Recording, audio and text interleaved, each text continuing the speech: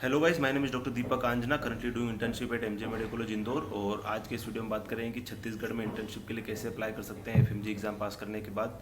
तो और छत्तीसगढ़ में क्या क्या चीज़ें हमें डॉक्यूमेंटेशन और कैसे अप्लाई करना है, इन सब चीज़ों के बारे में जानकारी आज बताएंगे हमारे साथ डॉक्टर गंधर्व छत्तीसगढ़ से।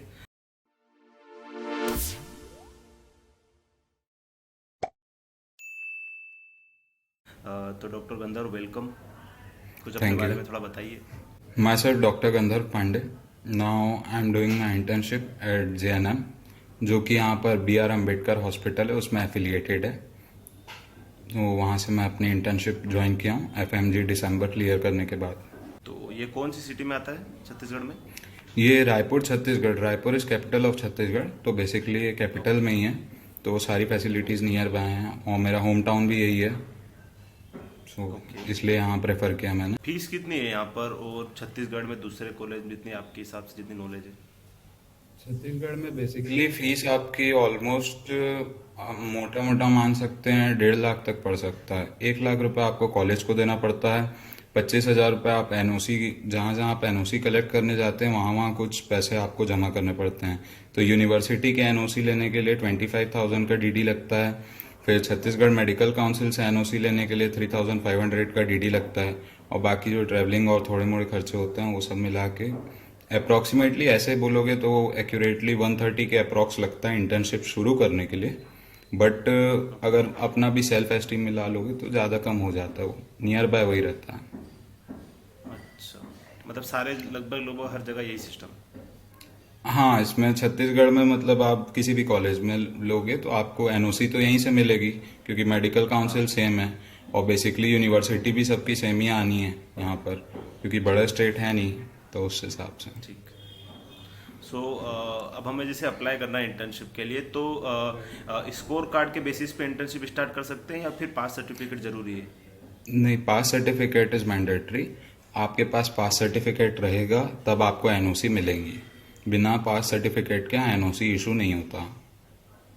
तो अब कैसे हमें अप्लाई करना है, मतलब फर्स्ट जैसे कॉलेज जैसे पास सर्टिफिकेट आ गया तो उसके बाद कैसे चालू करना है पास प्रोसेस? सर्टिफिकेट आपका आया तो उसके बाद आप डीएमई जाएंगे। डीएमई में आपको यहाँ पर हेल्पफुल है, आईटी सेल में बैठते हैं सर। वो आपको बताएंगे कि आपको पहले जाके परमिशन लेटर लेना पड़ेगा जो भी कॉलेज से आप करना चाह रहे हैं, मतलब जहाँ जो ठीक है। हॉस्पिटल है, कॉलेज है, क्योंकि वहाँ पर रेगुलर बैच के इंटर्न्स रहते हैं। तो अगर ठीक है। अवेलेबिलिटी हुई तब फिर उन लोग वहाँ पर अलाउ करते हैं। तो पहले परमिशन लेटर लगता है।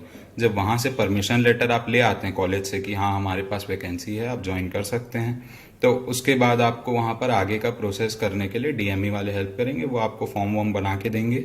वो फॉर्म फिल करके आप सबमिट करोगे तो फिर वो वहाँ से एनओसी कलेक्ट करने के लिए एक लेटर इशू करते हैं। तो आप वो लेटर को जाके मेडिकल कॉलेज में, उसके अलावा आपका छत्तीसगढ़ मेडिकल काउंसिल में, और आपका पंडित दीनदयाल उपाध्याय यूनिवर्सिटी जो मेडिकल साइंसेज का है यहाँ पर, उसमें जमा करना रहता है। तो फिर वहाँ से एनओसी इशू होती है, जो भी फीस है वो सब जमा करने के बाद। और जो मेन तो फीस होती मतलब है वो जो आप, जो हम जैसे मेन डीएमई फीस है वो डीएमई रायपुर में जाना डीएम, पड़ता है ना पहले? हाँ हाँ, डीएमई रायपुर में तो आपको जाना ये पड़ेगा। पूरा वो आगे प्रोसीजर ये आपको पूरा प्रोसेस प्रोसीजर बता, ऑफलाइन है? ये प्रोसेस ये ऑफलाइन है, हाँ, ऑनलाइन नहीं है, इसमें अच्छा। सब ऑफलाइन रहता है। ठीक। आप खुद ही जाएंगे, खुद ही करेंगे। उसके बाद ये हुआ, मतलब आपका जो एनओसी कलेक्ट करने के टाइम आप 25,000 यूनिवर्सिटी में डीडी देंगे। 3,500 अप्रॉक्सीमेटली आप मेडिकल काउंसिल में देंगे।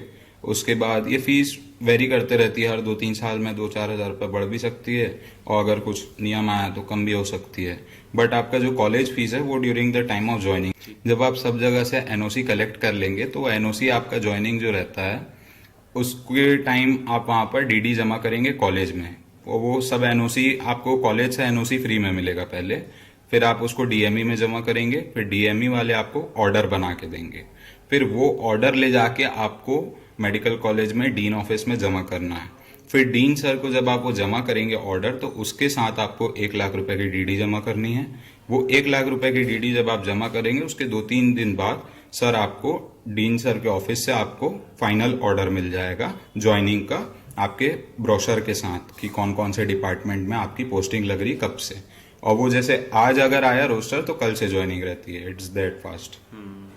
ठीक है। आपको कॉल आएगा तो कि आपका बन गया है, आप रिसीव कीजिए, आप जाएंगे, आप देखेंगे कि अरे कल ही ज्वाइनिंग है, लाइक दैट। अच्छा ठीक है।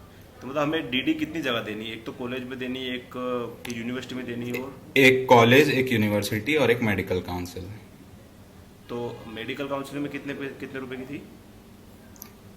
मेडिकल काउंसिल में 3500 की पड़ी थी डीडी। और सब डॉक्यूमेंट्स आपको सब जगह देने ही हैं, आप जहाँ भी जाओगे वहाँ डॉक्यूमेंट्स आपके जो हैं वो लगेगा ही। आपका डिग्री का मतलब डिग्री का प्रिंट रहेगा, पासिंग सर्टिफिकेट का प्रिंट रहेगा, पासपोर्ट, वीज़ा, ये सब बेसिक चीज़ें जो रहती हैं वो सब कॉपीज उन लोग पहले बता देते क्या क्या चाहिए, तो वो आप जमा कर सकते हो, आधार कार्ड वगैरह, और सब सेल्फ अटेस्टेड रहता है। ठीक है ठीक है। तो मतलब अभी तक आपकी जो इंटर्नशिप मतलब चालू अभी हुई है आपकी, मतलब कैसी इंटर्नशिप? इजी है, हेक्टिक है, या क्या सिस्टम है इंटर्नशिप का? इंटर्नशिप यहाँ पर इजी भी नहीं बोल सकते, हार्ड भी नहीं बोल सकते, मीडियम है। बेसिकली होता ही है, अभी तो मेरी कैजुअलिटी में लग रही है ड्यूटी, तो सब हेल्पफुल है। कैजुअलिटी मेडिकल ऑफिसर जो बैठते हैं, कुछ बोलो तो वो हेल्प करते हैं, सिखाते हैं, तो वहाँ पर हम लोग का अच्छा रहता है। जो आप बोलोगे अगर कि मेरे को सीखना है तो कोई मना नहीं करता। अब जैसे हम लोग फॉरेन मेडिकल ग्रेजुएट्स हैं, तो हम लोग को उतना क्लिनिकल अप्रोच रहता नहीं है। बेसिकली मैं गया तो देखा कि वहाँ पर जो इंटर्न्स थे, क्योंकि वो इंडियन ग्रेजुएट्स हैं साथ में जो इंटर्न कर रहे हैं मेरे, तो उन लोग आईएम इंजेक्शन ये वो लगा रहे थे, रेबीज का वैक्सीनेशन चल रहा था। तो मेरे से भी पूछे आप लगाओगे, तो I was like I don't know कैसे लगाते हैं। तो उन्होंने मेरे को बोला कि आप सिस्टर दीदी से बोलो कि दीदी मेरे को सिखा दो, लाइक दैट। ओके। तो फिर मैं बोला उनको, तो उन्होंने बिल्कुल हेल्प की मेरी, 2-3 बार मेरे साथ खड़े हुए, लगवाए। फिर उसके बाद हैबिट में आ गया, तो धीरे धीरे आप सीख जाओगे। कोई चीज़ अगर आप सीखना चाहते हो तो कोई मना नहीं करता। बाकी पीजी वीजी के भी हैं सर लोग, उन लोग भी बहुत कोऑपरेटिव हैं। आप उनको मतलब कोई चीज़ समझ नहीं आ रही, आप पूछने चले गए कि सर ये पेशेंट आए हैं, इनको कौन से वार्ड में भेजें, सर इनको सर्जरी में भेजें, मेडिसिन में भेजें, तो आप उनको केस समझाओगे तो बता देते कि इसमें इतना कन्फ्यूजन नहीं है, इनको इधर भेजना, इधर भेजना, माइनर ब्लीडिंग है तो आप सर्जरी मत भेजो, डायरेक्ट ऑर्थो भेजो, अगर जॉइंट पेन है तो, लाइक दैट बेसिक चीज़ें रहती हैं, वो सब में हेल्पफुल रहते हैं। मतलब अच्छा एक्सपीरियंस अभी तक का? हाँ, कैंपस भी बड़ा है क्योंकि सब चीज़ यहीं पर है, बट बेसिकली अभी कोविड के नाम से थोड़ा ओबीजी और पीडियाट्रिक्स का शिफ्टिंग हुआ है, और जो मेजर सर्जरीज रहती हैं उसके लिए एक थोड़ा अलग बिल्डिंग है, डीकेएस, तो वो थोड़ा डिस्टेंस में है। बाकी सब पहले एक ही कैंपस में था, बट ड्यू टू कोविड थोड़ा अभी इधर उधर कर दिए हैं। अच्छा, ठीक है। जो प्रोविजनल और परमानेंट लाइसेंस होता है, तो जैसे आपके यहाँ प्रोविजनल लाइसेंस का जो बनवाना है, और फिर अगर बाद में परमानेंट का है तो उसकी आपको क्या इन्फॉर्मेशन है अभी तक? नहीं, इसमें ये है, आप जैसे ज्वाइनिंग कर लिए, ज्वाइनिंग के बाद आपको जब भी टाइम मिल रहा है, with in starting 1 to 2 months आप जाके प्रोविजनल का रजिस्ट्रेशन कर लीजिए। तो प्रोविजनल के लिए आपको अपने सारे डॉक्यूमेंट्स वगैरह सब जमा करने पड़ेंगे, उसका भी जो बेसिक फीस लगता है अराउंड 4-5 thousand ही है। वो प्रोविजनल आप जमा कीजिए, वो फिर एम्बेसी जाएगा कंफर्मेशन के लिए, वहाँ से वापस आएगा, फिर आपका प्रोविजनल इशू हो जाता है। और परमानेंट जब आप कंप्लीट किए तो उसके बाद का है, तो जैसा मैं सीनियर से सुना हूँ वो भी इजी प्रोसेस है, उतना कोई डिफिकल्ट नहीं है। मतलब प्रोविजनल और परमानेंट की टाइमिंग क्या है, मतलब कितने दिनों में बन जाता है? प्रोविजनल आपका 1-1.5 महीना लगता है, क्योंकि एम्बेसी जाना पड़ता है, एम्बेसी से वो फिर रिव्यू होके आता है, तो वो सब चीज़ में प्रोविजनल में 1-1.5 महीना लग जाता है। और प्रोविजनल एक बार हो गया रहता है तो परमानेंट प्रोविजनल से थोड़ा फास्ट प्रोसेस होता है, तो उसमें अप्रोक्सीमेटली 20-25 दिन लगेगा। ठीक। बाकी तो स्टाइपेंड वगैरह तो छत्तीसगढ़ में भी मिलती वो है तो या फिर? कहीं नहीं है, इंडिया में कहीं नहीं है, कोई स्टाइपेंड वगैरह नहीं है। बिल्कुल। बट ये है कि यहाँ आके ये चीज़ समझ में आती है, मतलब यहाँ के जो साथ के इंटर्न्स हैं उन लोग ऐसा डिग्रेड करके नहीं रखते एफएमजीज को, उन लोग को समझ में आता है कि हाँ ये बाहर से करके आए हैं। कुछ चीज़ें हैं जो थ्योरेटिकली इनकी स्ट्रांग है, हमारी वीक है, कुछ चीज़ें हैं जो हमारी क्लिनिकल पोस्टिंग के कारण अच्छी हैं जो इनमें नहीं है, तो वो सब चीज़ में कोऑपरेटिव रहते हैं, वो बिल्कुल हेल्पफुल हैं और बताते भी हैं कि हम लोग को ऐसा है। तो अब लाइक वाइज मेरे से पूछते हैं तो मैं बोलता हूँ कि आप अभी इंटर्न के बाद पहली बार किसी एंट्रांस एग्जाम की प्रिपरेशन करोगे जो कि पीजी के लिए, लाइक अ मेडिको, बट हम लोग जो हैं पहले से एक बार 19 सब्जेक्ट्स पढ़ के आए हैं। उन लोग को मैं भी अपने तरफ से गाइड कर देता हूँ कि आप यहाँ बैठ के अगर सिर्फ नोट्स पढ़ रहे हो तो वो सब चीज़ वैलिड नहीं है, क्योंकि आपको वहाँ पर जाके लड़ाई करनी है। लड़ाई आपके नोट्स की नहीं होती, लड़ाई आपकी एमसीक्यू की है। तो आप नोट्स के साथ साथ एमसीक्यू बनाओ, इस टाइप से अपना एफएमजी का जो एक्सपीरियंस रहा उसका गाइडेंस दे देता हूँ थोड़ा बहुत। सही बात है। तो इंटर्नशिप के साथ साथ वहाँ पे कुछ पार्ट टाइम जॉब का ऑप्शन वगैरह कुछ अवेलेबल है? पार्ट टाइम जॉब का जिसका प्राइवेट में थोड़ा हो या फैमिली बैकग्राउंड हो मेडिकल, उन लोग करें तो समझ में भी आता है। अब हम लोग के तो मैं घर में पहला हूँ, तो ऐसा कुछ है भी नहीं, नहीं और नहीं, उतने ज्यादा पर ऐसे कॉन्टैक्ट्स मतलब भी नहीं। ऑप्शन अवेलेबल है क्या, मतलब या मतलब मिल जाती है आपको ऑप्शन तो करने मैं के देखा साथ? नहीं हूँ, बट सुना हूँ लोग करते हैं, ओपीडी वगैरह में जाते हैं लाइक दैट। ओके ठीक है। अब आपने छत्तीसगढ़ चूज करने मतलब होम टाउन है इसीलिए चूज किया या और भी कोई रीजन था चूज करने का, कहीं और जाने का मन था? बेसिकली मैं सोचा था दिल्ली या छत्तीसगढ़, या फिर मेरा तो पर्सनल ओपिनियन था मुंबई का। बट मेरे घर में कंडीशन भी है, मेरे फादर अकेले रहते हैं, तो फिर मेरे को ये था कि नहीं है, पापा के साथ रहूंगा लाइक दैट। 5 साल से वहाँ बिश्केक में भी थे, तो पापा 3 साल यहाँ अकेले ही थे, और कोई है भी नहीं, मतलब भैया बाहर जॉब कर रहे हैं, तो मेरे को तो ये था पापा के साथ रह लेता हूँ लाइक दैट। और दूसरा चीज वो भी कंसिडर किया कि मैं यहाँ फीस ज्यादा है, ये है वो है बोल रहे लोग। फिर मैंने एनालाइज किया कि नहीं यार, अगर दिल्ली जाता है मुंबई जाता तो वहाँ पर मंथली एक्सपेंसेस मैं उतने कर देता 12 महीने में जितना मैं यहाँ फीस दे रहा हूँ। तब बेसिकली यहाँ मेरा होम टाउन है, तो मेरे को उतना खर्चा लगना नहीं है। जो प्रॉपर यहाँ के लोग रहते हैं तो सबके कोई ना कोई रिलेटिव और ये वो रहते ही है, और यहाँ पर अगर कोई पीजी में भी आता है तो उतना ज्यादा कॉस्टली नहीं है पीजी। 3-4 हजार 5 हजार में मिल जाते हैं रूम्स। तो लिविंग बाहर से भी रहना जैसे है स्टेट के सही है। अंदर के कोई आते हैं तो उन लोग के लिए भी प्रॉब्लमेटिक नहीं होता है यहाँ। तो मेरा तो बस यही था, और सीखने को भी मिल जाता। और दूसरा चीज जो मेन इंपॉर्टेंट चीज मेरे को लगा ज्वाइन करने के बाद, पहले तो मैं चीज नहीं सोचा था कि जब हमको at the end of the day practice यही करना है, क्योंकि मेरा घर यहाँ है, हाँ ये तो बात तो अल्टीमेटली मैं प्रैक्टिस यही करूंगा। तो अब सही यहाँ के बात जो मेडिको हैं, यहाँ के जो डॉक्टर्स हैं जो यहाँ से आ रहे हैं, तो उनसे मेरा कोई लिंक नहीं था, क्योंकि I am basically foreign medical graduate. तो मेरे बाहर के ऑल ओवर इंडिया के दोस्त हैं, बट यहाँ के बिल्कुल। फॉरेन मेडिकल ग्रेजुएट्स को ही मैं जानता हूँ। तो इंडियन मेडिकल ग्रेजुएट्स जो प्रॉपर यहाँ के हैं, उनसे भी कांटेक्ट हो रहे हैं, उनसे भी लिंक बन रहे हैं, जो पोस्ट ग्रेजुएशन कर रहे हाँ हैं, जो बड़े मतलब बड़े डॉक्टर्स हैं, कंसल्टेंट से भी सबसे लिंक बन कांटेक्ट जाते हो। हैं। हाँ, तो वो सारी चीजें हैं जो इन फ्यूचर काम आएंगी ही। सही बात है, ये पॉइंट सही है। तो बाकी और फ्यूचर जॉब क्या ऑप्शन है एमबीबीएस के बाद छत्तीसगढ़ में, गवर्नमेंट सेक्टर में या प्राइवेट सेक्टर में, और क्या उनकी मतलब सैलरी वगैरह है? गवर्नमेंट सेक्टर में तो जैसे आप एनएचएम वगैरह के थ्रू करते हैं ज्वाइनिंग पीएचसी में, तो उसमें आपका जितना आप रूरल पोस्टिंग लेंगे उतना ही अच्छी सैलरी होती है, जितना आप अर्बन पोस्टिंग लेंगे उतनी कम सैलरी होती है। तो अब एनएचएम के टाइप से आप अगर एकदम अर्बन एरिया में, मतलब एकदम सिटी में आप कर रहे हो जॉब, तो भी आपको करीबन 40-45 मिल जाता है।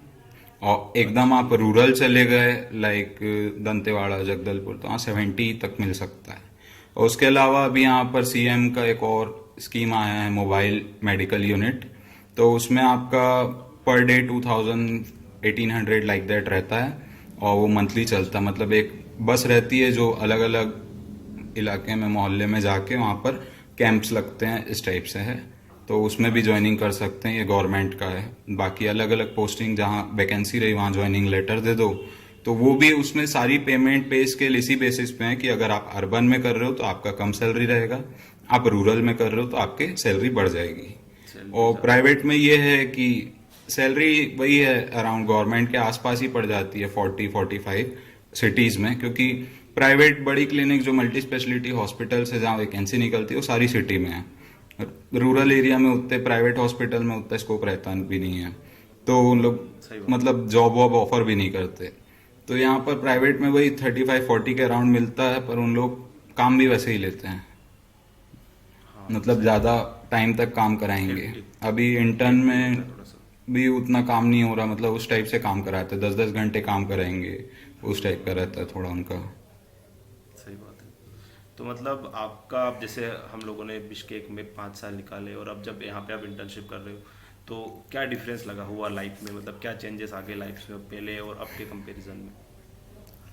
पहले और आपके कंपैरिजन में बेसिकली ये बिश्केक में थे तो थोड़ा मैच्योरिटी की कमी लगती थी मेरे को। वहां पर जो सर्कल थे, सब चीज था, सब फ्रीडम था। यहाँ पर घर में हूँ तो ऐसा नहीं है कि फ्रीडम नहीं है, अब घर वाले भी समझते हैं बड़ा हो गया, बट बेसिकली जो चेंज आया वो ये है कि अब मैच्योरिटी आ गई, लाइफ गोल समझ में आने लग गए, असलियत जिंदगी की समझ में आने लग गई कि अपने को जो है खुद से करना है, खुद की मेहनत पे करना है, और कोई मेरे से स्ट्रांग नहीं है, कोई मेरे से वीक नहीं है। जो जितना पोटेंशियल के साथ मेहनत कर रहा है वो उतना आगे जा रहा है। सो ये सारी चीजें मेंटेलिटी में चेंज आती है जब आप यहाँ आके देखते हो कि नहीं, यहाँ पर कुछ आपके साथ इंटर्न्स आएंगे जो मेहनत कर रहे हैं अभी भी, मतलब इंटर्नशिप अभी ज्वाइन किए, जस्ट डिग्री खत्म करके पढ़ाई करके 5 साल, और फिर उन लोग एज ए इंटर्न पीजी की प्रिपरेशन भी चालू कर दिए हैं। तो उनको देख के थोड़ा लगता है कि नहीं, इनके में देखो कैसा है। और बहुत सारे एफएमजीज को मैं देखता हूँ, एफएमजी क्लियर हो गया उसके बाद उनका कुछ बचा ही नहीं, लाइक दैट, सब अचीव कर लिए लाइफ में, उनको ये फीलिंग आ जाती है। तो ये सब चीज से थोड़ा एक मोटिवेट होते रहता है आदमी कि नहीं, आगे मेरे को ये करना है, आगे मेरे को ये करना है, this is not just the stop, this is the beginning, like that. सही बात। तो मेंटेलिटी में चेंज तो होता ही है, आप जैसे माहौल में रहोगे उस हिसाब से चेंज होते जाता है मेंटेलिटी। बिल्कुल बिल्कुल। तो लास्ट में आप जूनियर्स को कुछ कहना चाहते हैं जो इंटर्नशिप करना चाहते हैं और रायपुर में, और जो भी एफएमजी एग्ज़ाम देने वाले हैं या जो दूसरे एफएमजी जो जूनियर्स हैं जो देख रहे हैं इस वीडियो को छत्तीसगढ़ के, तो उन्हें आप कुछ कहना चाहते हैं? बेसिकली देखो, आप अपने आप को डिमोरलाइज मत करो, आप किसी से कम नहीं हो। और एफएमजी एग्जाम के लिए बोल रहा हूँ मैं पर्टिकुलरली, आप किसी से कम नहीं हो, आप में कोई पोटेंशियल कम नहीं है। आपको लोग बोलेंगे कि तुम 5 साल कुछ नहीं पढ़े, तुम 3 साल कुछ नहीं पढ़े, तुम 2 साल कुछ नहीं पढ़े। आपके अंदर का पोटेंशियल सिर्फ आप जानते हो कि आपको कितना टाइम लगना है, कितनी मेहनत करनी है, उसके बाद आपको रिजल्ट्स मिलते हैं।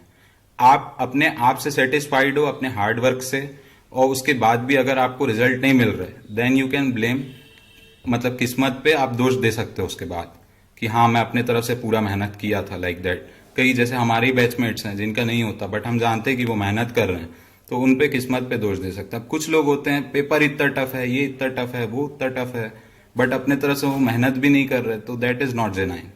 So you should try your best with patience and consistency. Main thing for FMG exam is consistency. To clear any government examination, now I think what you need is consistency. आप 3 महीने पहले अगर 19 subject पढ़ के बैठ गए हो और उसके बाद आप 1 महीना रिलैक्स कर ले रहे हो और फिर सोचोगे कि मैं तो 19 कर चुका हूँ, अब 2 महीने में मैं वापस रिवीजन कर लूंगा, so that is not possible. आपको एक दिन का भी गैप नहीं करना है, रेगुलर स्टडी करना है, सिटिंग टाइम बढ़ाना है, वो सारी चीजें हैं।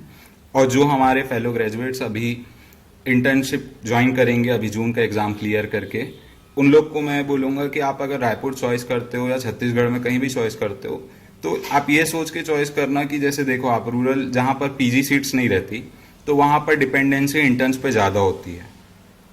तो इंटर्न्स में आप ठीक है, आप क्लिनिकल नॉलेज आपका बढ़ जाएगा, आप सब चीज सीखने मिलेगा, जैसा सीनियर्स बोलते हैं कि जहाँ पीजी सीट्स नहीं रहती वहाँ इंटर्न्स पे ही आ जाता है सब चीज, तो वहाँ पढ़ने का टाइम नहीं मिलता पीजी एग्जाम के लिए। जहाँ पर पीजी सीट्स रहती हैं वहाँ पर 6 घंटे की ड्यूटी लगती है, तो पीजी एंट्रेंस एग्जाम के लिए पढ़ने का टाइम मिल जाता है।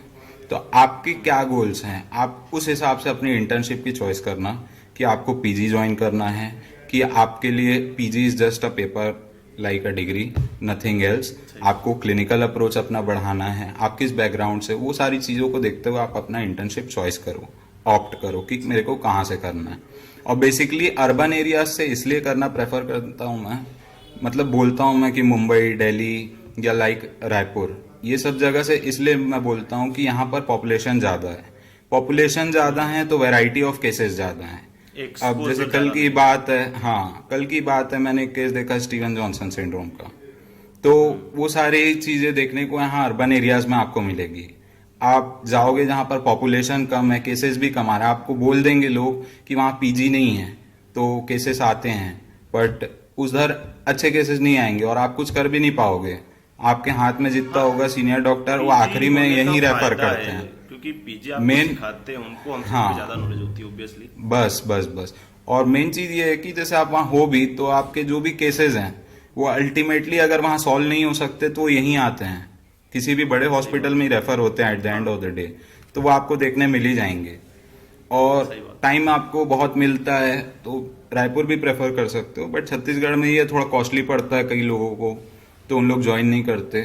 तो उसके लिए मैं ये बोलूँगा कि आप अगर छत्तीसगढ़ से बाहर कर रहे हो तब भी आप उतना एक्सपेंड कर दोगे, बट अगर वही आप अगर अपनी बिस्केक वाली लाइफ टाइप से विद फ्रीडम फुल आज़ादी में बाहर जीना चाहते हो, तो आप घर से दूर रह रहे हो तो समझ में आता है। अगर आप सीरियस हो तो आप घर में रह के भी इंटर्नशिप कर सकते हो साथ में, जहाँ पर भी आपको अपॉर्चुनिटी मिल रही है, वो सारी चीज़ें।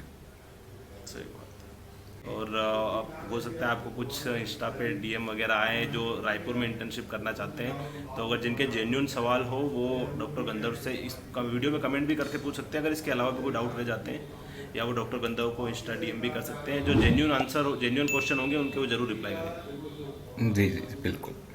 Thank you so much doctor गंधर्व, इतनी सारी चीज़ें हमारे साथ शेयर करने के लिए और टाइम वेलकम देने के लिए हमको। Thank you so much. Welcome welcome doctor Deepak.